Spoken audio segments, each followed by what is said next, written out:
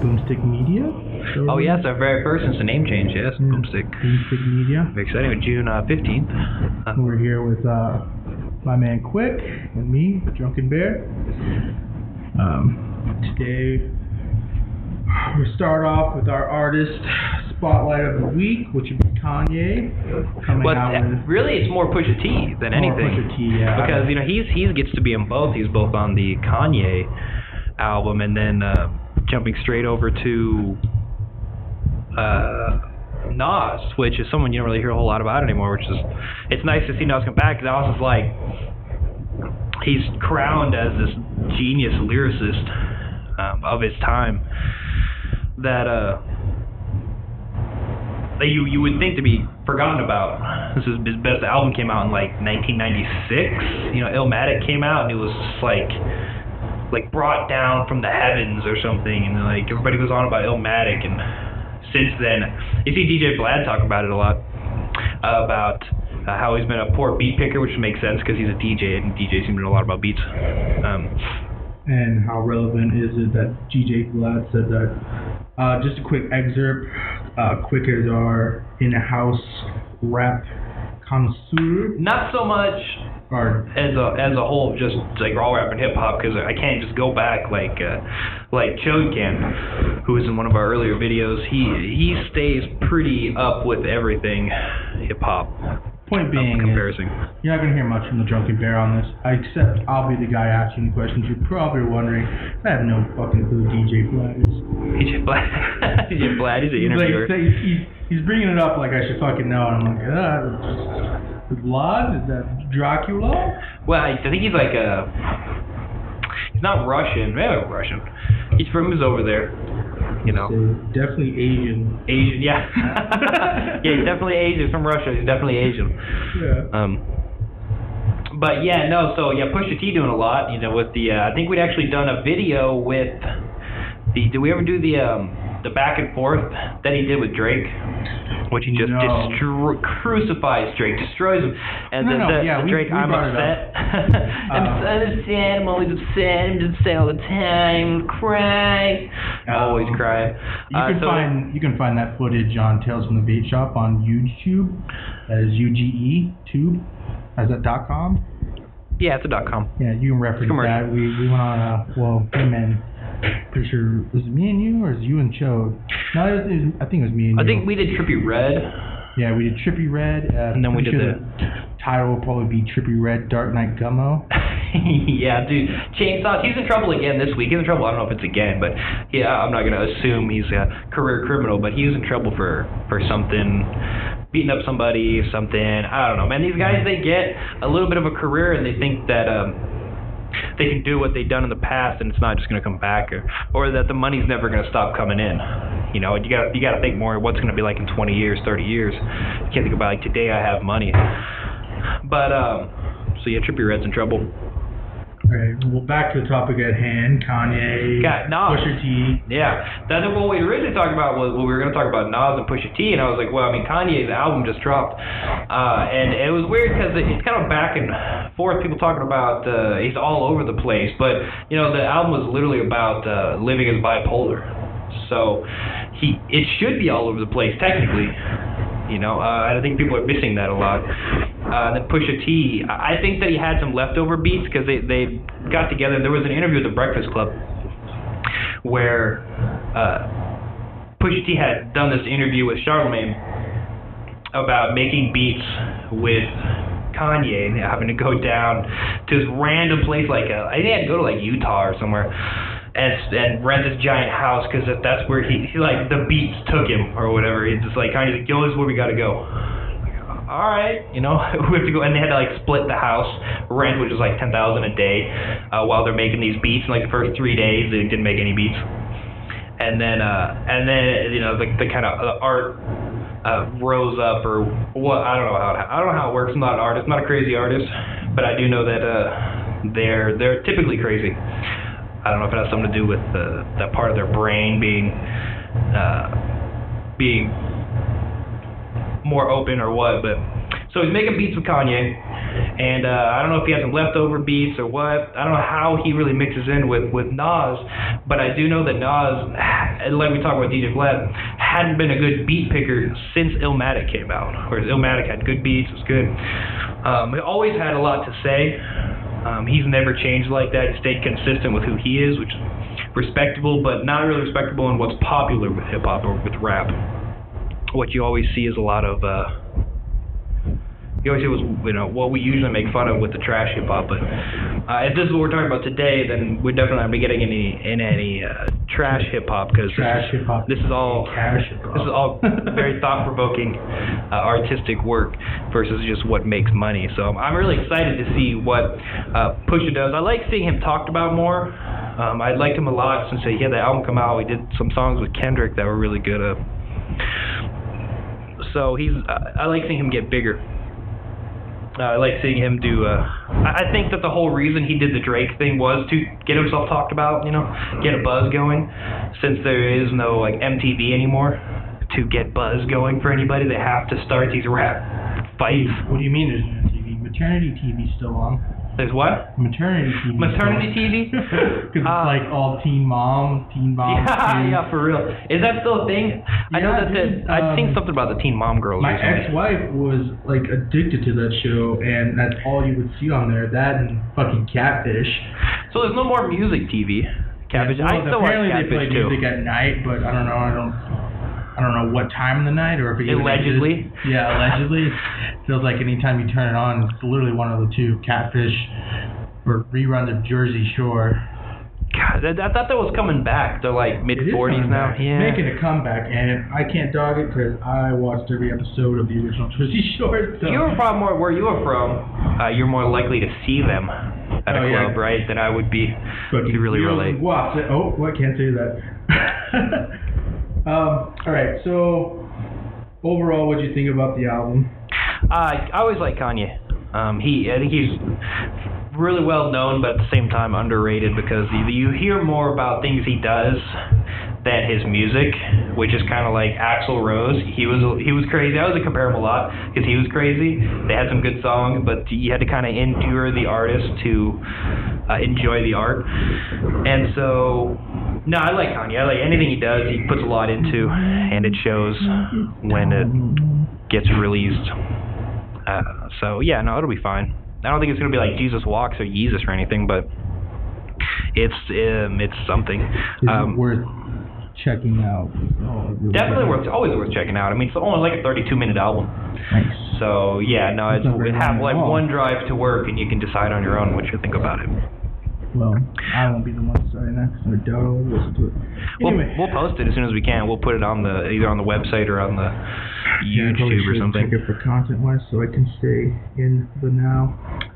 All right, so moving on. I don't know if this is new news. I don't know when this interview came out, but it's been circulating on my Instagram and my Facebook for the past couple of days, and I'm just sick of seeing it, but I figure I'd bring it up here today. It'd be Jaden Smith had a rant about how schools are training us for prison, and then prison is just modern day slavery. I actually saw that as well.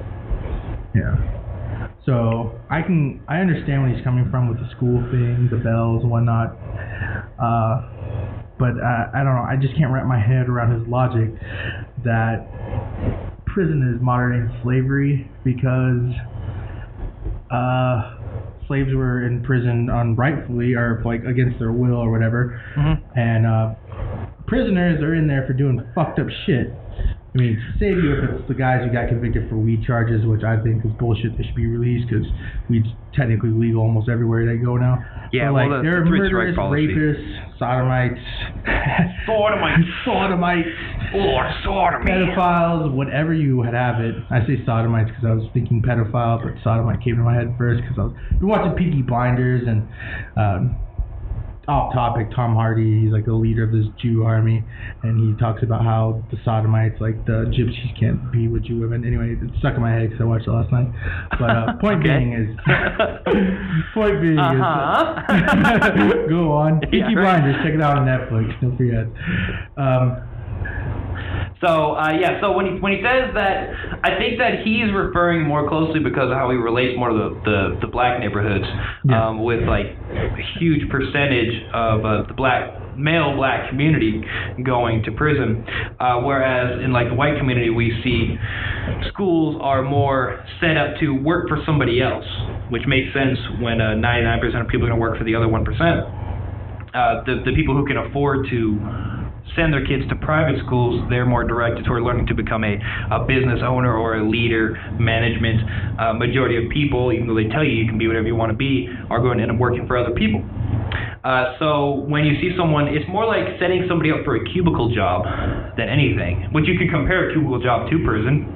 Sitting in an office all day can feel like a jail, same size, only getting 1 hour out to eat, 9 to 5, kind of equal to 8 to 3:30, like when we were in school. He talked about like the bell ringing being just like when you hear the ring and then the doors open, or the what do they call them? Jail. But they don't call it a door. But it slides open. You get out for 1 hour a day, and you get to eat. 1 hour of walking around and then going back to your cell. So I can see where he would compare it to a jail. And the school system is definitely broken. I mean, it's more like daycare than anything. Daycare until they turn 18 and they can go out and throw them into the world because they don't really teach them anything. Aside from real basic things that are politically correct. Okay, so yeah, like I said, I can see that standpoint and his standpoint, but like when he references the prisons, is like I understand he's saying it's training and it's like that what's the word I'm looking for? Prison is basically set up just like that, but I can't agree with him on the fact that he's saying that prisoners are like it's. Well, you get to go home at night, and that's the huge difference. Yeah. You don't get to go home at night with prison, so it's really not. And what he's doing is he's gonna when they say that if they make it seem like it's as bad as a prison before they go to prison, they're gonna think, well, this isn't so bad, I'll go to prison, and that's a problem because in that community with such a huge amount on the part of town where the majority of black kids are gonna grow up. Compton, things like that, you're not going to get respect from your community. The majority of people are out of just, either recently out of prison or going back to prison, between prison sentences. They'd already think it's cool to go to prison. And if they're going to start treating teachers like how prisoners treat prison guards, there's going to be nobody that's going to want to teach, except for the worst kind of guys, because only the worst kind of men become prison guards for the most part. The kind of people don't wake up in the morning and hurt somebody. That's a majority of prison guards where you have power and they don't. And so if they already think that the teachers are prison guards, they're gonna get treated real worse. You already see once a week a kid beating up a teacher.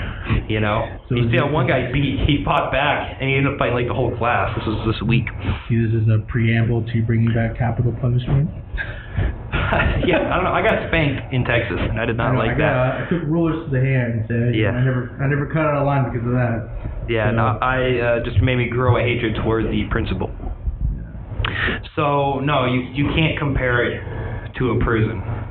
It's nothing like a prison, but it is more like a daycare or especially after since like No Child Left Behind and the new curriculum they have. It's just more about not teaching anybody but just killing time. So for anybody who's seen this, I'll agree with him on the fact that it is a training process in a sense, but I can't agree that prisoners is modern slavery. But moving back to the next topic for today, going on to more society type stuff. Society type stuff and junk. I went to school. I'm educated. Not that well. Oklahoma education system is not that high. Guy's going to college too. Yeah. My brother, who was actually quick, sent me this link earlier today. Posing the question to me is, or actually, I don't know really why he put. I know why he sent it, but I'm not really sure what he wanted to ask about it. But making it mandatory for people to Well, this was the leader, the French. Yeah, you were the one who read the story. I just kind of looked over. Yeah, what's his name though? It was on top of the. Manuel something. Jesus Christ. So they were wanting to bring back something they got rid of a few years ago, and it was in France, like they do in Israel, and I know a lot of South American countries do it too, where you're required to join the military for a certain amount of time. And I think that the cause was nobody's joining the military there. Nobody joins the military, and you don't have a military. So it's kind of like a draft in a sense. Macron. And well, with your military background, I thought you would have a better opinion than I would. I mean, I can make an opinion, but it doesn't really matter since I've never done anything military related. How you felt about if France comes back to forcing people to join the military for a month or not very long, will it help them grow some kind of appreciation toward it? Will it help them? Will they hate it? Will they be more likely to stay in it once they see what it's about, which is kind of what they think it's about? Especially when we go back to the schools, they just throw kids out in the world without any real training, and I think that's a lot of the reason why where we're from, so many people join the military. Either their parents did or they just had nothing else going on. A lot of it is your decisions are made for you, and when you go from your decisions made for you when you're a child, your decisions made for you when you're at school. I think a lot of people kind of fluidly roll into it as my decisions are made for me here. But then when that time runs out, you make your own decisions until you wind up being like 30 years old, not knowing what decisions to make. But at the same time, you can learn a lot from being in the military, and that's where I kind of think you should have an opinion on it. And so I know that someone, off the previous topic, people would probably be like, it's just another form of slavery, but I have a perfect example of why I think this would be good. My ex-wife, who joined the military straight out of high school, before she joined the military, this girl didn't have her own bank account, didn't know how to set up a bank account. They set her up with one. She still uses to this day. Didn't know how to do laundry, didn't know how to cook her own food, things she learned in the military. She was her dad was an officer, Savvy 2, police officer, so she was very prone to act out. So she was very rebellious in the Army. She straightened up and got her shit in line. Like, what I'm saying, and I don't know, there's just so many more examples we can use, but she is a very perfect person to put it about this. She went in as a shitty teen and came out as a semi-rounded person who could possibly do more in the world than she was currently doing it without. That's just with basic training. That's not even doing service. And that too, going along with with service is, I think America itself would be a lot less pussified, use that word, in Urban Dictionary. Because I feel like you would be more accustomed to not slander the military as much as everybody likes to do. Everybody likes to slander them so much. I won't disagree that, military budget probably needs to be looked over a little bit more, but like for people to say it's a huge cause of deficit when it's for the soldiers itself, not so much the assets, because the assets itself I've seen a huge waste while I was deployed, but the soldiers themselves only make up 1% of the population of America. So I hate when people attack the soldiers themselves, saying that you're a fucking waste, you shouldn't do that. And I feel like if this was mandatory, people would see what bullshit actually comes in with being in the military and how much we got little paid. And I'm gonna take care of it now. But I did a tour of service in Afghanistan, shot at, blown up, all that.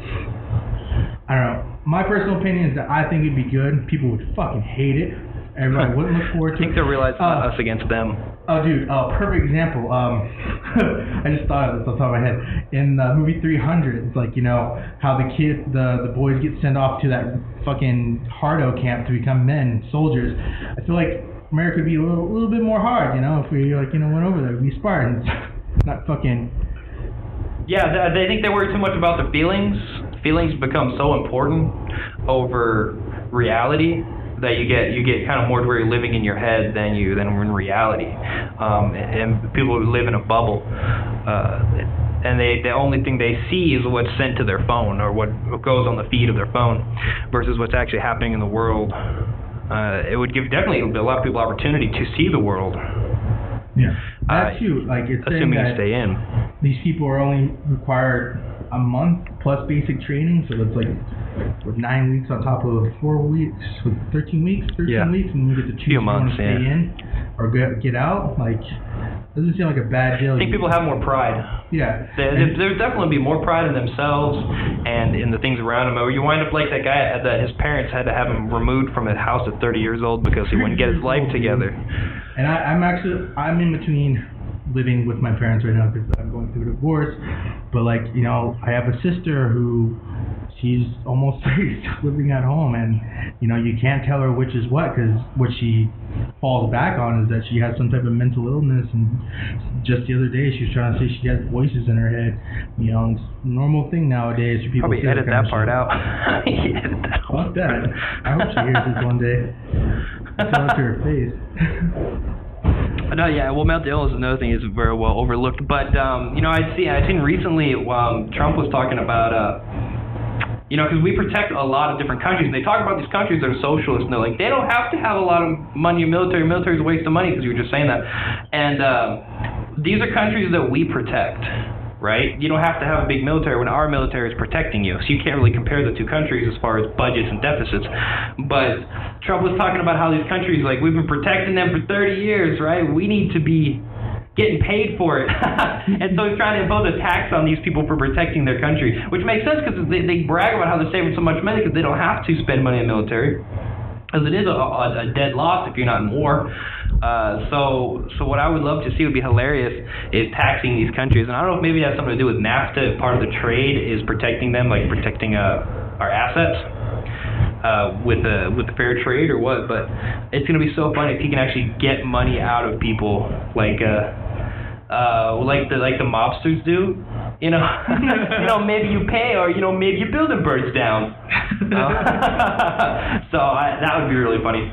Alright, so just to clarify on that subject, I think there could be less pussified. It would help a lot of people who don't know really how to do their own thing maybe better. People would absolutely fucking hate it, and I don't think it's necessary. But I just think, me personally, I think it's a positive change in the country. But oh, definitely. Like it's all about pride. Such a lot of families. You know, we were talking about the black community earlier with fathers being gone in the black community because the jails are so bad. They don't have anybody to raise them, and you've seen like every single black man I've ever met that was in the military is completely different from the majority who weren't ever in. And it's because even though they didn't have a father to teach them what fathers teach children, they'd had that from joining. They'd learn what real brothers are like, or people having your back that you never really had your back before.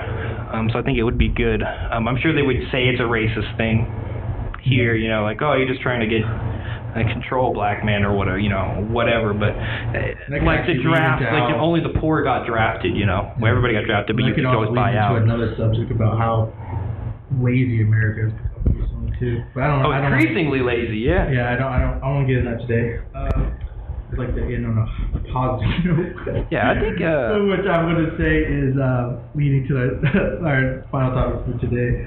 Will be I'm not very PC, so I'm just our transgender unicorn marshmallows from Lucky Charms. Oh my goodness, the Lucky Charm LGBTQIIA.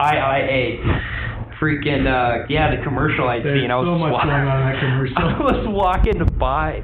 We were doing something at the wife's parents, and I was walking by it, and I saw this commercial, and this kid, like, the marshmallows and the unicorns all jump out, and these rainbows, and this kid, like, was very gender neutral. And I was like, hey, can you rewind that for a second? I rewound it, and it was this Lucky Charms commercial, and I was like it's a Pride Month commercial. And then I looked at a couple other guys that were there, and they're like, dude, I know, it's everywhere. They're pushing the gender neutrality stuff everywhere. And then I looked up the Lucky Charms website, and all I did was look up Pride Month Lucky Charms, and it was like LGBTQ celebrates 2013 Pride Month Lucky Charms. So I guess they're really into it, but which I'm fine with. You want to be into something, you know, you want to represent a community, that's fine, but be clear about it. Be clear that this is what it's about. Don't kind of soft push your agenda, you know, kind of under the radar. People aren't really going to notice anything, but they kind of are. Like, just be clear, like, yo, represent LGBTQ, look at us, we're here. Not throw this kid in with the rainbows and the unicorns and it's like a manipulation versus, Pride Month is about being proud of yourself and who you are. Not the low-key sneaking things onto my TV. And that's what it's really about. It's just a manipulation I hate. You know what? Also with that manipulation, I'm all for like I understand people deserve the equal rights, we're all humans and whatnot, but also at the same time it's creating a pressure on the masculine males. It's making younger boys who would prefer to watch baseball wear something think that they're odd because they're not into bright colors or well, masculinity is being attacked, like we talked about recently in the vape shop. Some of the old vape shop videos. Yeah, well, they call masculinity toxic. I mean, these people, they hate masculinity. They hate this straight males as being seen as strong. And so, like we talked about the Texas A&M or Texas Tech? University of Texas. University of Texas was talking about toxic masculinity and men should wear dresses because masculinity is bad. Or they can be masculine while wearing a dress. Yeah, so that's what I was trying to get with, with these type of commercials. Like, it'll make a little boy feel like he's going to be he's the odd one, or he's it's going to allow people to attack him if he doesn't agree with this belief. Like they were doing in the if you look at the video, you can see this guy was going around campus. It's satire, because he's making fun of the point.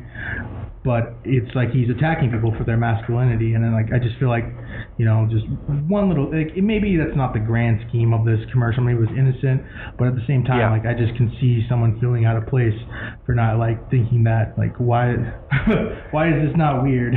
Yeah, no, we could go into chapters of discussions about this particular thing, but was it on another day or across many months platforms. But so I guess we'll call that the high note. The very exciting Lucky Charms commercial we'd seen. Yeah, check it out. It's worth a watch, if anything. Yeah, but you just at least see where your kids are being indoctrinated. At least you can see examples of indoctrination. Yeah. And that's it. I'm going to sign out. Yeah, I'm sweating. Well, what we'll do after this, we're going to make a good intro exit song, and we'll let you comment and decide what you think about it. All right. Well, this is Drunk Bear and Quick. This is Boomstick Media. Thanks for listening. At first,